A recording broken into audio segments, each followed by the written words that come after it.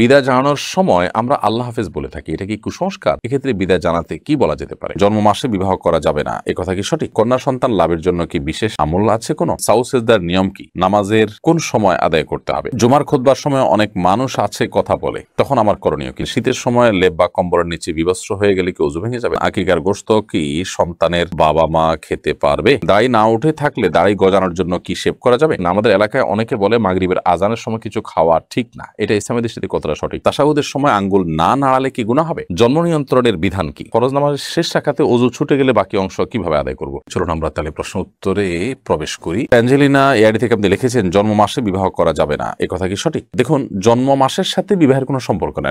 যে মাসে জন্ম হয়েছে ওই মাসে বিয়ে হতে পারে, যে তারিখে জন্ম হয়েছে ওই তারিখে বিয়ে হতে পারে, এগুলো কুসংস্কারের জন্য কথা যে ওই মাসে বিয়ে করা যাবে না। সুমাইয়া হোসেন সুমা আপনি লিখেছেন কন্যা সন্তান লাভের জন্য কি বিশেষ আমল আছে কোনো? কন্যা সন্তান লাভের জন্য বিশেষ কোনো আমল নেই। আল্লাহ তাআলার কাছে চাইবেন যে আল্লাহ তাআলা আপনি আমাকে নেক সন্তান দান করুন, আমি আপনার কাছে নেক সন্তান চাই, একজন নেক কন্যা সন্তান চাই, এরকম আল্লাহর কাছে চাওয়া যেতে পারে। নুজহাত হাসান আপনি লিখেছেন সাউ সেজদার নিয়ম কি? নামাজের কোন সময় আদায় করতে হবে? সাউ সেজদার নিয়ম হলো যে আমরা সালাতে যদি কোনো প্রকার ওয়াজিব তরক করি তাহলে নামাজ শেষে দুইটা সেজদা দিতে হবে, দিয়ে আমাদের নামাজ শেষ করতে হবে এবং এটি শেষ করতে হবে, এটি আদায় করতে হবে নামাজের একেবারে শেষ মুহূর্তে এসে। আব্দুল আমিন আপনি লিখেছেন জুমার খুতবার সময় অনেক মানুষ আছে কথা বলে, তখন আমার করণীয় কি? যারা কথা বলে তাদেরকে আপনি মুখ দিয়ে কথা বলে বন্ধ করতে যাবেন না বা থামাতে যাবেন না তাদের কথা, বরং তাদেরকে কোনোভাবে ইশারা ইঙ্গিতে নীরব থাকতে এবং চুপ থাকতে বলবেন, এটাই হাদিসের নির্দেশ। এমনি ফজলুমি আপনি লিখেছেন শীতের সময় লেপ বা কম্বলের নিচে বিবস্ত্র হয়ে গেলে কি ওযু ভেঙে যাবে? না, এর কারণে ওযু ভাঙা যাবে না। এমনকি সাধারণ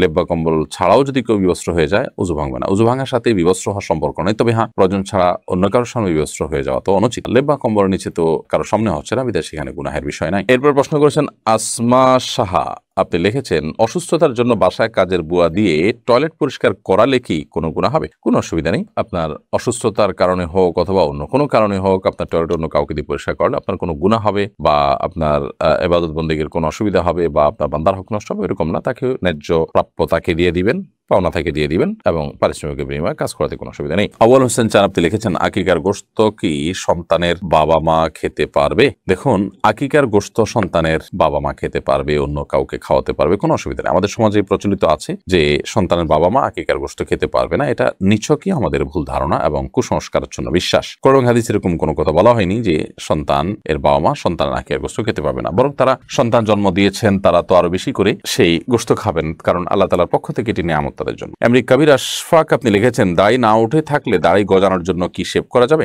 দাড়ি না উঠে থাকলে সবর করবেন, দাড়ি না উঠলে তো আপনার গুনাহ হবে না, কিন্তু শেভ করতে যাবেন না। বিশেষ করে দাড়ি নাই সেখানে খালি মুখে আপনি যদি শেভ করেন আপনার ত্বকের জন্য ভালো কিছু হওয়ার কথা নয়, কিন্তু দাড়ি নেই উপর দিয়ে আপনি শুধুমাত্র শেভ করছেন, কোন দাড়ি আপনি চাচ্ছেন নাই, তাহলে তো আপনি গুনাহগার হবেন না। বাট আল্লাহ তাআলা ফয়সালার উপরে সন্তুষ্ট থাকা এবং স্বাভাবিক অবস্থার জন্য অপেক্ষা করাই হলো বুদ্ধিমানের কাজ। কোন মেডিসিন ব্যবহার করা বা এরকম কোনো কিছু না করাই উচিত, কিন্তু যদি কেউ করেন তাহলে গুনাহ হবে না, যেহেতু তার দাড়ি নেই যে তিনি দাড়ি শেভ করা গুনাহগার হচ্ছেন।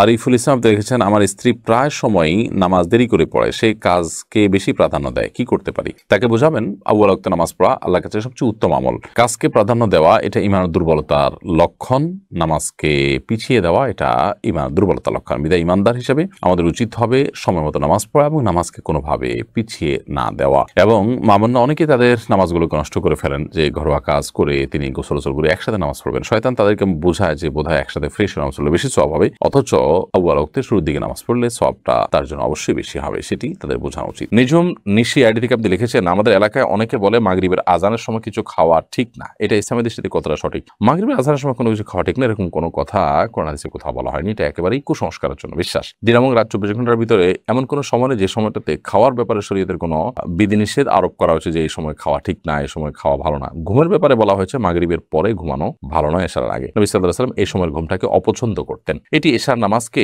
রিস্কের মধ্যে ফেলে দিতে পারে, সেটি ভিন্ন বিষয়। বাট এর বাইরে মাগরিবের সময় খানা খাওয়া নিষেধ, পান করা নিষেধ, এরকম কোনো কথা কোনো দেশে বলা হয়নি। এমডি শাহিনুর রহমান রাকিব আপনি লিখেছেন তাশাহুদের সময় আঙ্গুল না নাড়ালে কি গুনাহ হবে? তাশাহুদের সময় আঙ্গুল না নাড়ালে গুনাহ হবে না। তাশাহুদের সময় আঙ্গুল নাড়ালে যে আমরা নাড়াতে যে আমরা বাধ্য বা আঙ্গুল নাড়ানোর জন্য আমরা যে আমাদের উপরে ফরজ করা হয়েছে ব্যাপারটা সেরকম না, বরং এটি সুন্নাহ একটি কাজ, করলে সওয়াব হবে, না করলে গুনাহ নেই। আমরা যখন তাশাহুদের জন্য বলবো তাশাহুদ শুরু করবো, আঙ্গুল দিয়ে আমরা ইশারা করবো। আমরা যখন আল্লাহ তাআলা সাক্ষ্য দেই, তাশাহুদের মধ্যে মূলত সাক্ষ্যটাই মূল, আর আশহাদু আল্লা ইলাহা ইল্লাল্লাহ ওয়া আশহাদু আন্না মুহাম্মাদুর রাসূলুল্লাহ, আমি সাক্ষ্য দিচ্ছি আল্লাহ ছাড়া সত্যিকার কোনো মাবুদ নাই, মুহাম্মদ সাল্লাল্লাহু আলাইহি ওয়াসাল্লাম আল্লাহ তাআলার রাসূল। এই কথাগুলো মুখে যখন আমি বলি তখন আঙ্গুল তুলেও আমি সেই মুখের কথার সাথে মিল রেখে আমি সাক্ষ্য দিয়ে থাকি। এই জন্য এটি সুন্নাহ, কিন্তু এটি কোনো কারণে না করতে পারলে নামাজ হয়ে যাবে এবং কোনো গুনাহ হবে না। জামি ইসলাম শহীদ এআইডি থেকে আপনি লিখেছেন, জন্ম নিয়ন্ত্রণের বিধান কি? জন্ম নিয়ন্ত্রণ করার যদি প্রয়োজন হয়, কোনো ব্যক্তি এমন হন যে তিনি তার এই মুহূর্তে সন্তান নিতে গেলে তার স্ত্রীর জীবন হুমকির মধ্যে পড়বে, বা সন্তান একটা আছে, এই মুহূর্তে একটা সন্তান এলে তাকে লালন পালন করার মতো কোনো ব্যবস্থা নেই, কেউ নেই,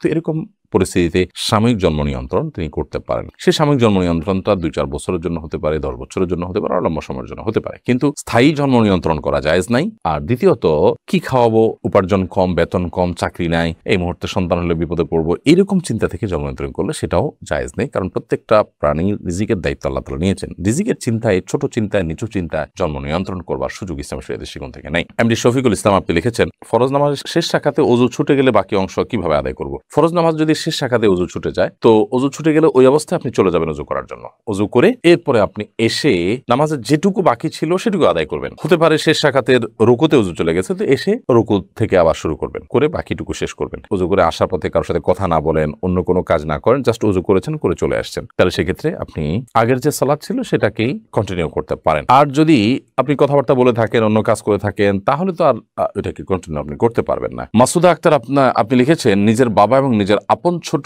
ভাইয়ের সামনে কি নামাজ পড়া যাবে? কোনো অসুবিধা নেই। একজন মা তার মাহরাম পুরুষদের সামনে নামাজ পড়তে কোনো সমস্যা নেই। তার ছেলের সামনে, তার ভাইয়ের সামনে, তার বাবার সামনে, স্বামীর সামনে নামাজ পড়তে পারেন। আপনি নামাজের সময় সতর ঢাকবেন, মুখমণ্ডল, 2 হাতের কবজি ছাড়া আপনার পুরো শরীরকে আপনি ঢেকে ফেলবেন এবং আবৃত রেখে আপনি সালাত আদায় করবেন। সেক্ষেত্রে আপনার গায়ে আপনার মাহরাম পুরুষদের মধ্যে থেকে কেউ আপনার সামনে আশপাশে চলাফেরা করছে বা দেখছে, এতে কোনো সমস্যা নেই। মহিলার নামাজটা গোপনে গোপনে পড়বে, কোনো পুরুষ দেখতে পারবে না, এরকম কোনো বাধ্যবাধকতা কিন্তু নেই। মূল বিষয়টা হলো আপনি সতর ঢাকছেন কিনা। হ্যাঁ, যদি গায়ে মাহরাম পুরুষ থাকে তাহলে সেক্ষেত্রে আপনার মুখমণ্ডল তিনি যেন দেখতে না পান সেই চেষ্টা আপনি করবেন। স্বাভাবিকভাবে মুখমণ্ডল ঢাকবেন না, কিন্তু গায়ে মাহরাম পুরুষ দেখতে পারে, রাস্তার পাশে নামাজ পড়ছেন, অন্য কোনো উপায় নেই, এরকম পুরো পরিস্থিতিতে আছেন, তাহলে সেক্ষেত্রে আপনি গায়ে মাহরাম পুরুষ আপনাকে দেখে ফেলবে সেরকম আশঙ্কা হলে আপনি ওড়না টেনে দিবেন। সাইফুর রহমান আপনি লিখেছেন, বিদায় জানানোর সময় আমরা আল্লাহ হাফেজ বলে থাকি, এটা কি কুসংস্কার? এক্ষেত্রে বিদায় জানাতে কি বলা যেতে পারে? বিদায় জানানোর সময় আমরা আল্লাহ হাফেজ বলি, অনেকে ফি আমানিল্লাহ বলি। আল্লাহ হাফেজ মানে আল্লাহ সংরক্ষণকারী, ফি আমানিল্লাহ মানে আল্লাহর নিরাপত্তা তুমি আছো, কোনো অসুবিধা নেই এগুলো বলাতে। তবে সুন্নাহ না এগুলো বলা জায়েজ, জাস্ট এটুকু। এগুলোকে সুন্নাহ মনে করা ভুল।